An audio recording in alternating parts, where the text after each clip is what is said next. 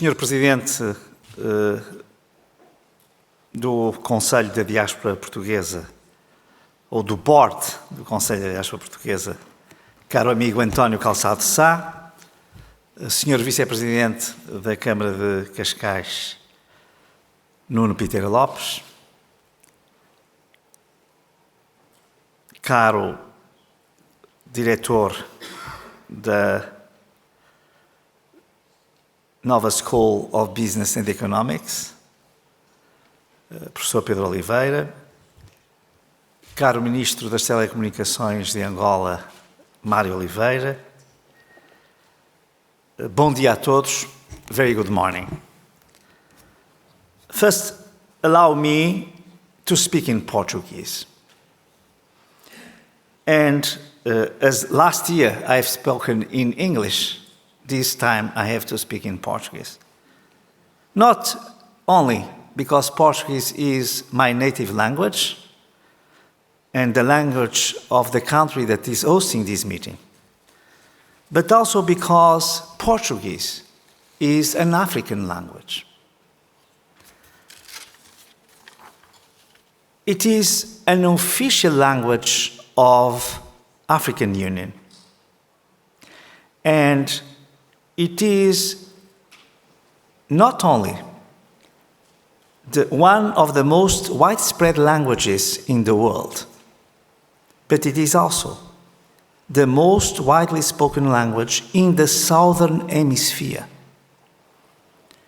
Today, in Africa, almost, or even a bit more, than 80 million people speak Portuguese. But in the year 2100, in the beginning of the 22nd century, there will be 400 million Africans speaking Portuguese. And this will be more than 10% of African population in the beginning of the next century. So I think Portuguese deserves to be spoken in this meeting. Olhando para a prospectiva da África, o ponto primeiro para todos é, obviamente, o ponto demográfico. A África, por volta de 2100, dizem grande parte das estimativas mais credíveis, terá tantos habitantes como a China e a Índia juntas nessa altura, isto é, cerca dos 4 mil milhões de pessoas. E, portanto, isto significa que este continente terá um peso absolutamente decisivo no equilíbrio mundial e no equilíbrio global. E, por isso, toda a aposta que fizermos agora em África é uma aposta que, obviamente, terá consequências decisivas no futuro. Permitam-me dizer que eu gostava de falar de 3 pontos, 3 assuntos, 3 tópicos nesta minha intervenção. O primeiro tópico é para a paz. Não há desenvolvimento sem paz. Não há desenvolvimento sem estabilidade. Não há desenvolvimento sem afastar guerras e crises humanitárias. E por isso, quando nós olhamos para o continente africano e vemos o que se passa no Sudão, em que a catástrofe humanitária, apesar de estar muito negligenciada em termos comunicacionais, é maior do que aquela que se está a passar em Gaza. Estamos a falar de 2 catástrofes de dimensão enormíssima, verdadeiramente bárbara, mas ninguém fala do Sudão, nem dos sudaneses, nem dos povos que estão a ser afligidos por essa crise. O caso da Somália é outro caso, também na mesma região, muito, muito importante.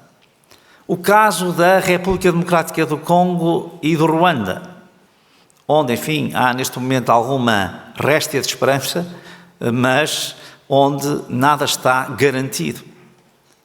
A deterioração da situação no Sahel, que é avassaladora. Tudo isto são grandes preocupações para aquele que é o primeiro objetivo de qualquer comunidade política, a paz. Eu costumo dizer aos meus alunos, quando os tinha, isto é, até 2 de abril de 2024, que para o direito os valores são iustitia et pax, justiça e paz. Mas para a política os valores são pax et justitia, paz e justiça.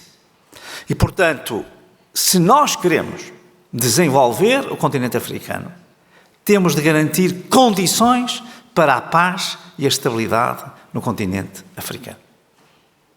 É claro que, e este é já um segundo ponto ou um ponto e meio, é claro que para haver paz também é preciso desenvolvimento.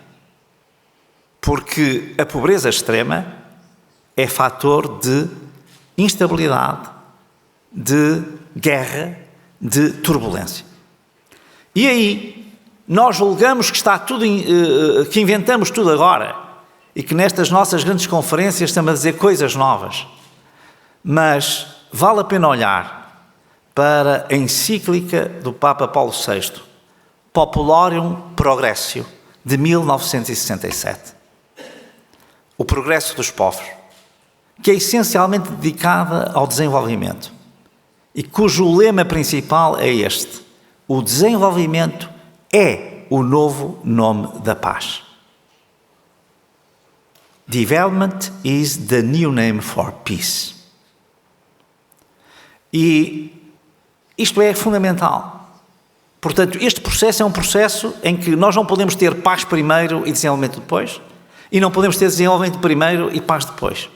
Nós temos de ter a ideia de que há aqui um processo interativo, um processo, digamos, de interação entre estes dois fatores. E por isso, sem paz, nós não podemos investir, nós não podemos criar parcerias, nós não podemos criar desenvolvimento. Mas sem desenvolvimento, nós não estamos a garantir condições para uma paz sustentável e duradoura. E, portanto, eles vão de par em par. Não há justiça sem paz, porque um mundo em guerra não pode ser justo. Mas também não há paz sem justiça, porque não havendo justiça, estamos a criar as sementes da guerra. E, portanto, há aqui um fator político fundamental, que é a estabilidade, a estabilização. Aquilo a que classicamente se chama, e hoje quase se tem medo de usar, a palavra paz. Hoje nós falamos em estabilidade, tal, como falamos em desenvolvimento, mas não precisamos de palavras modernas, precisamos de conceitos fortes. Paz e justiça, justiça e paz. E este seria o primeiro tópico que eu queria trazer para aqui. Por isso é fundamental que todos os países africanos, e em particular os mais capazes, possam contribuir para a paz no seu continente. E que os países de outros continentes, as organizações internacionais, as grandes plataformas internacionais possam contribuir para a paz em África.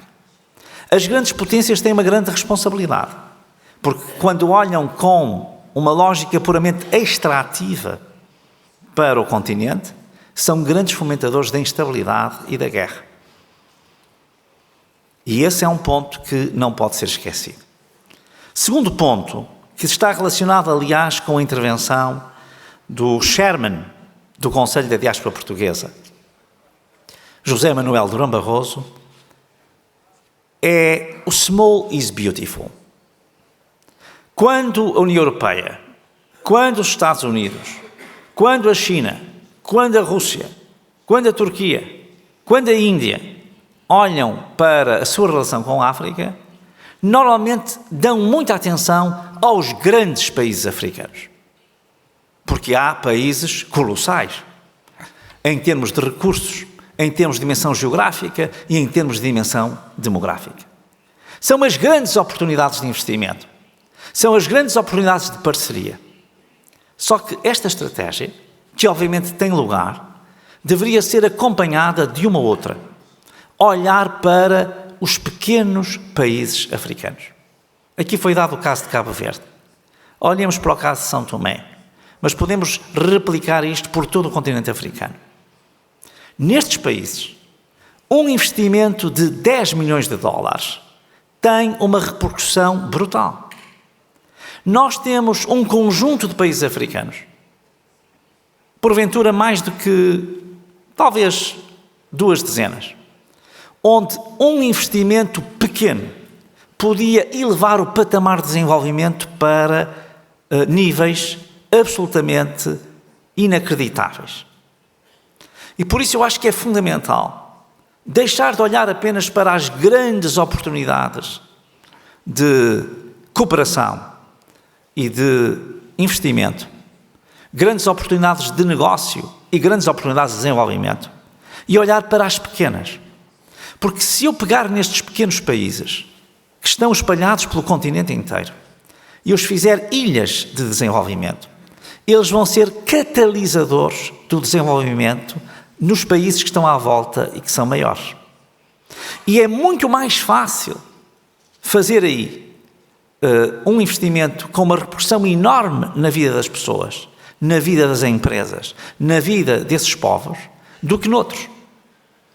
E implica um esforço muito pequeno, que não representa nada para grande parte dos grandes investidores, sejam eles empresas, sejam eles Estados. E, portanto, é preciso olhar para o conceito que os empresários conhecem tão bem. Small is beautiful. E isto se aplica também à vida no continente africano. Terceiro ponto e último. É evidente que não vai haver futuro para a humanidade, nem para o planeta, sem o continente africano. E agora permitam-me uma visão um pouco mais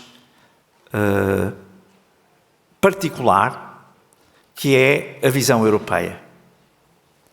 Como é que o continente europeu, como é que a União Europeia, como é que a comunidade política europeia deve olhar para a África?